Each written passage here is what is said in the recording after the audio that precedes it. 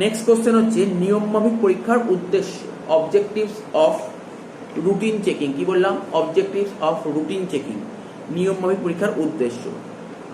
আমাদের বইতে 9টার মতন পয়েন্ট আছে, ঠিক আছে? তো 9টাই পড়ে রাখি, কোনো অসুবিধা নেই। 9টাই পড়ে রাখি, কোনো অসুবিধা নেই। পরীক্ষায় তো দেবে 4 নম্বর দেবে, 4 নম্বরের জন্য 6টা পয়েন্ট লিখতে হবে। তো 9টা পয়েন্ট পড়ে রাখলে 6টা পয়েন্ট লিখতে পারবি, কিন্তু তুই নিশ্চয়ই 6টা পয়েন্ট পড়ে রাখলে 6টা পয়েন্ট মনে রাখতে পারবো না, 9টা পয়েন্টই পড়বি। তো কি বলছে? গাণিতিক শুদ্ধতা যাচাই করা। প্রথম পয়েন্ট হচ্ছে গাণিতিক শুদ্ধতা যাচাই করা, ঠিক আছে? প্রাথমিক হিসাব বই, এর সঙ্গে অনেক মিল পেয়ে যাবি। অ্যাকাউন্টেন্সি করেছেন, অ্যাকাউন্টেন্সি 11 যে অ্যাকাউন্টস করি, অনেক থিওরিটিক্যাল কনসেপ্ট পেয়ে যাবে এর মধ্যে। বলছে প্রাথমিক হিসাব বই, মনে আছে প্রাথমিক হিসাব বই কাকে বলতো? আমরা অ্যাকাউন্টেন্সি করেছিলাম, কাকে প্রাথমিক হিসাবের বই বলে? জার্নালকে বলতো প্রাথমিক হিসাবের বই, ঠিক আছে? তো প্রাথমিক হিসাব বই, বিভিন্ন দৈনন্দিন বই, দৈনন্দিন বইকে ইংরেজি কি বলে? ডে বুক। মনে পড়ছে? ডে বুক পড়েছিলাম, পারচেজ ডে বুক, সেলস ডে বুক, রিটার্ন ইনওয়ার্ড বুক, রিটার্ন আউটওয়ার্ড বুক, বিল রিসিভেবল, বিল পেবেল বুক, এগুলো সব বুক ছিল। তো বলছে বিভিন্ন দৈনন্দিন বই ও খতিয়ান মানে লেজারের হিসাবে গাণিতিক শুদ্ধতা যাচাই করা নিয়মমাফিক পরীক্ষার অন্যতম উদ্দেশ্য। তাহলে বুঝতে পারলি? তো বললি স্যার এটা জানি, ইজি জিনিস। তাহলে নিয়মমাফিক পরীক্ষার প্রধান উদ্দেশ্য কোনটা? কি বলেছে? পরীক্ষা যদি এসে কিউ দেয়, কখনো দিতে পারে নিয়মমাফিক পরীক্ষার প্রধান উদ্দেশ্য। তাহলে এই পয়েন্টটা লিখলেই হবে। তাহলে কি বলবি? হিসাবের গাণিতিক নির্ভুলতা যাচাই করা, হিসাবের গাণিতিক নির্ভুলতা যাচাই করা। তো বলছে প্রাথমিক হিসাব বই মানে জার্নাল।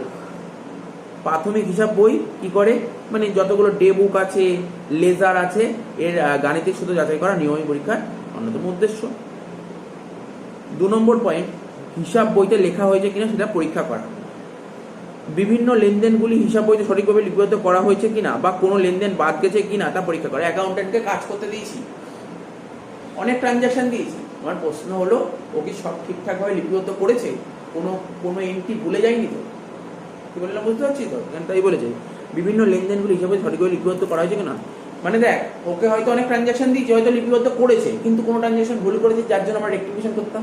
মনে পড়ে? রেক্টিফিকেশন বলে একটা চ্যাপ্টার শিখেছিলাম, রেক্টিফিকেশন অফ এরর্স। অ্যাকাউন্টেন্টকে কাজ করতে দিয়েছি, অ্যাকাউন্টেন্টকে কোনো কাজ করতে দিয়েছি, হয়তো কাজ করেছে, কিন্তু কোনো জায়গায় কিছু ভুল করে দিয়েছে, ঠিক আছে? এটাও দেখতে হবে।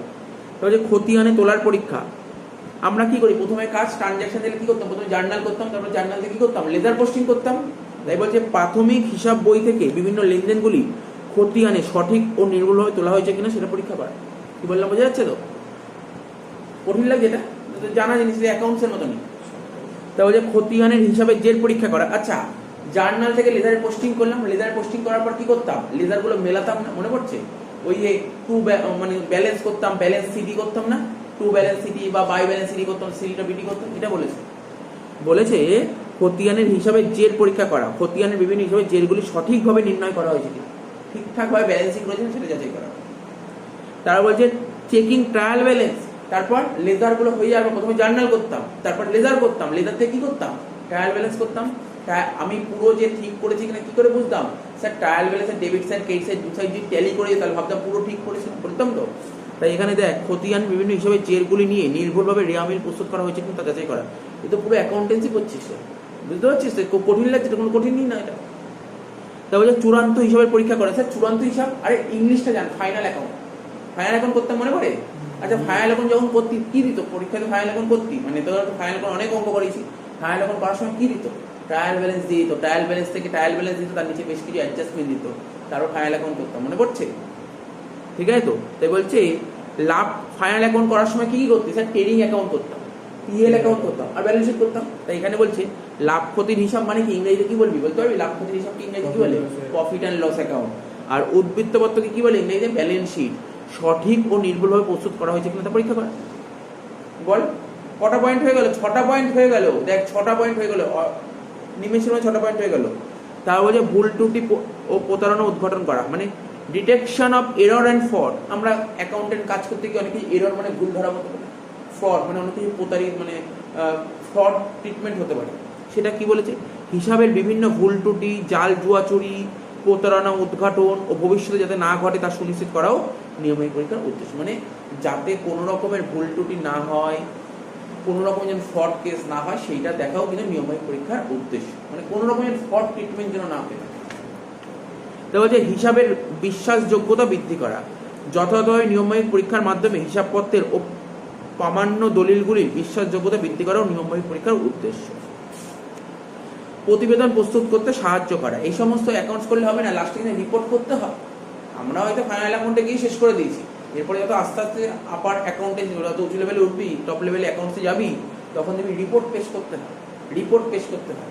ফাইনাল অ্যাকাউন্টের পর একটা রিপোর্ট পেশ করতে হয়। আমরা এখানে হয়তো শিখবো তোর তোর অ্যাকচুয়ালি কি হয়। প্রথমে হয় একটা বড় বড় কোম্পানির ক্ষেত্রে কি হয়, প্রথমে জার্নাল হয়, ট্রানজাকশন থেকে জার্নাল হয়, লেজার হয়, ট্রায়াল ব্যালেন্স হয়, তারপরে হচ্ছে ওদের ফাইনাল অ্যাকাউন্ট করতে হয়, ফাইনাল অ্যাকাউন্টের পর ক্যাশ বুক করতে হয়, ক্যাশ বুক কি বলছি, ক্যাশ ফ্লো স্টেটমেন্ট করতে হয়, তারপরে একটা ফাইনাল রিপোর্ট পেশ করতে হয়, এরকম স্টেজে যায়। ঠিক আছে? তো তাই এখানে বলে নিয়মিত পরীক্ষার সাহায্যে হিসাবপত্র নির্ভুল যাচাইকরণের জন্য প্রতিবেদন প্রস্তুত করতে সাহায্য করে। তো বোঝা গেল নিয়মিত পরীক্ষার উদ্দেশ্যটা খুব ইজি কোশ্চেন এটা।